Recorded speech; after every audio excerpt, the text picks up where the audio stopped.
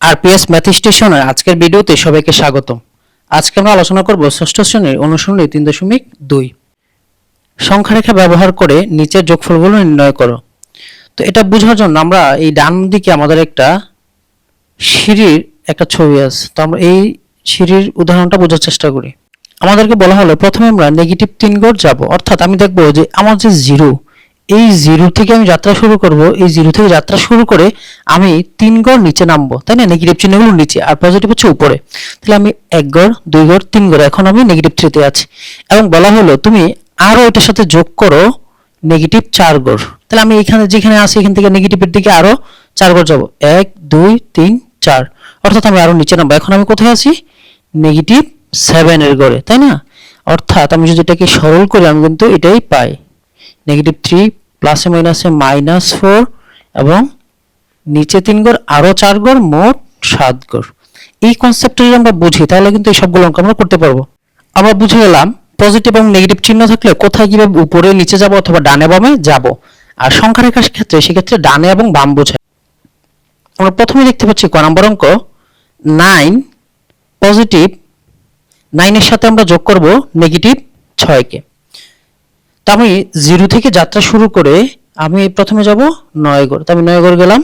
তারপরে আমাকে বলছে নেগেটিভ 6, অর্থাৎ উল্টা উল্টা আমি 6 গড় যাব। তাহলে উল্টা 6 গড় যদি আমি গুণে গুণে যাই তাহলে আমি এখন কোথায় আসছি?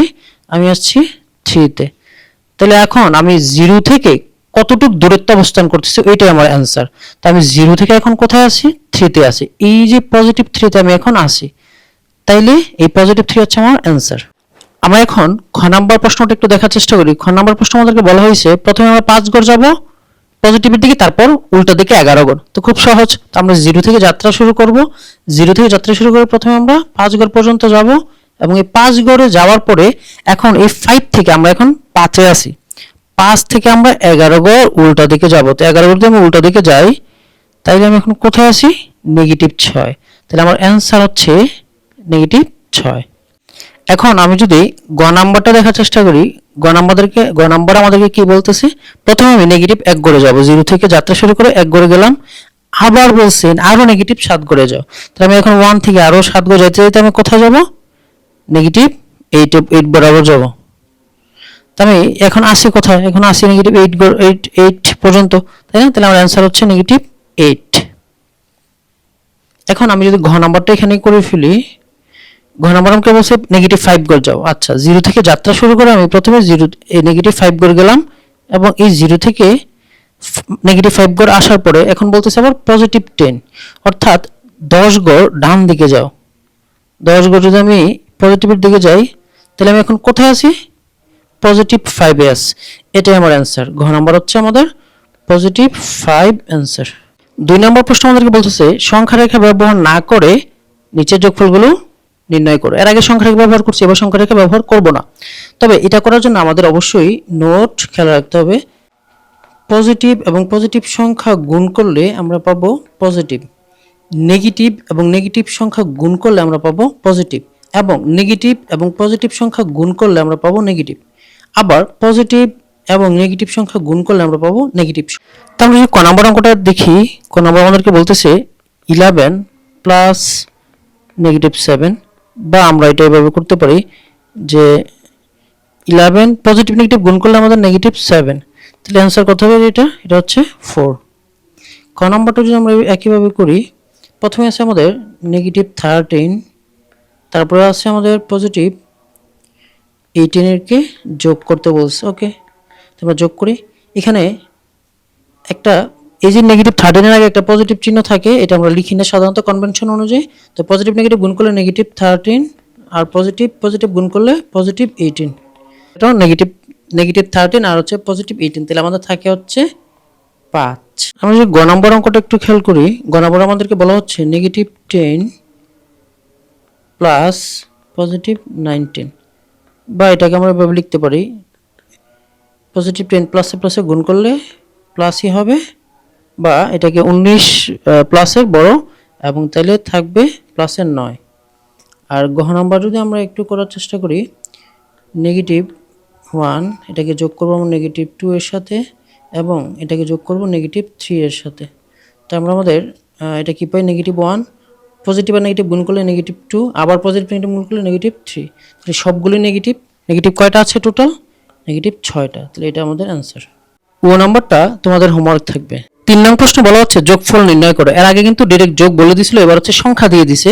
তো কোনো সমস্যা নেই, আমাদেরকে সংখ্যা দিয়ে দিছে, বলছে 137 এটার সাথে যোগ করো নেগেটিভ 35 কে যোগ করো। এই যে যোগ করতে বলা হয়েছে এই জন্য আমি মাঝখানে যোগ চিহ্ন দিলাম। তো এটাকে যদি করি আমাদের কি হবে? 137 প্লাস মাইনাসে মাইনাস 35, তাই না? তো এটা অ্যান্সার কত হবে? এটা অ্যান্সার হচ্ছে 102। তো এভাবে আমরা খ নাম্বারটা করার চেষ্টা করি। প্রথমে বলা হচ্ছে নেগেটিভ 52 এটার সাথে যোগ করব আমরা 52 কে, তাহলে অ্যান্সার কত হবে? অ্যান্সার হচ্ছে 0, তাই না? যেহেতু দুটি কাটাকাটি গিয়ে কিছুই থাকবে না। আমরা গ নম্বরে দেখতে পাচ্ছি যে আমাদেরকে বলা হচ্ছে নেগেটিভ 31 এটার সাথে যোগ করব 39, যোগ করব 19। তো যোগ করলে কত হয় আমাদের? যোগ করলে আমাদের 27। কিভাবে হইলো? আমরা নেগেটিভ 31 এটাকে রাখলাম, আর 39 আর হচ্ছে 19 কত হয় এটা আমরা একটু দেখার চেষ্টা করি। 19 হবে 58, তাই না? তাহলে 58 থেকে 31 বিয়োগ করলেই হবে আমাদের 27। ঘ নম্বর অঙ্কটা বোঝার চেষ্টা করি। ঘ নম্বর অঙ্কতে বলা হচ্ছে যে প্রথমে আমাদেরকে নেগেটিভ 50 সাথে আমাদের যোগ করতে হবে নেগেটিভ 200 এবং এটার সাথে যোগ করতে হবে 300 কে। তো যোগ করলে অ্যান্সার কথা আমরা একটু দেখি। আমাদের অ্যান্সার হবে 50। কিভাবে হইলো? প্রথমে আমরা এই নেগেটিভ 50 প্লাস মাইনাসে মাইনাস 200, তারপরে প্লাস 300 বা 50 নেগেটিভ মোট 50 কয়টা? মোট 50 হচ্ছে 250 আর প্লাসের থাকে 300, তাহলে 300 থেকে 250 বিয়োগ করলে বা বাদ দিলে কয়টা থাকে? আর 50 থাকে। এটা আমাদের অ্যান্সার। আমাদের বেসিক কনসেপ্ট ভিডিওতে এই ধরনের অঙ্ক আমরা করেছিলাম, তো আবার একটু দেখি। তো কোন নম্বর অঙ্কের মধ্যে দেখতে পাচ্ছি প্রথমে বলা হচ্ছে নেগেটিভ 7 এটার সাথে আমরা যোগ করব নেগেটিভ 9, পজিটিভ 4, পজিটিভ 16 কে। তো আমরা অ্যান্সার দেখতে পাচ্ছি 4। অ্যান্সার 4 কিভাবে হলো? নেগেটিভ 7 প্লাস মাইনাসে 9 প্লাস 4 প্লাস 16 বা নেগেটিভ কয়টা আছে? নেগেটিভের কয়টা? নেগেটিভের মোট 16টা আর পজিটিভের একসাথে 20টা আছে। তাহলে পজিটিভের কাটাকাটি করে পজিটিভের আর কয়টা থেকে? 4টা মুছে দিব। তো অ্যান্সার হচ্ছে কত? অ্যান্সার হচ্ছে -38। কীভাবে হইল আমরা একটু খেয়াল করি। এখানে আমরা 37 পাবো আর মাইনাসের কয়টা? 2 68। তো 65 2 8 এই সবগুলোকে যোগ করলে কত হয়? সবগুলোকে যোগ করলে হয় 75। তাহলে এটা হবে 75। এবার 75 নেগেটিভ 75 আর প্লাস 37কে যোগ করলে কত হয়? যোগ করলে হবে -38। তাহলে অ্যান্সার হচ্ছে নেগেটিভ 38। আজকের ভিডিও এই পর্যন্ত। ধন্যবাদ সবাইকে ভিডিওটি দেখার জন্য।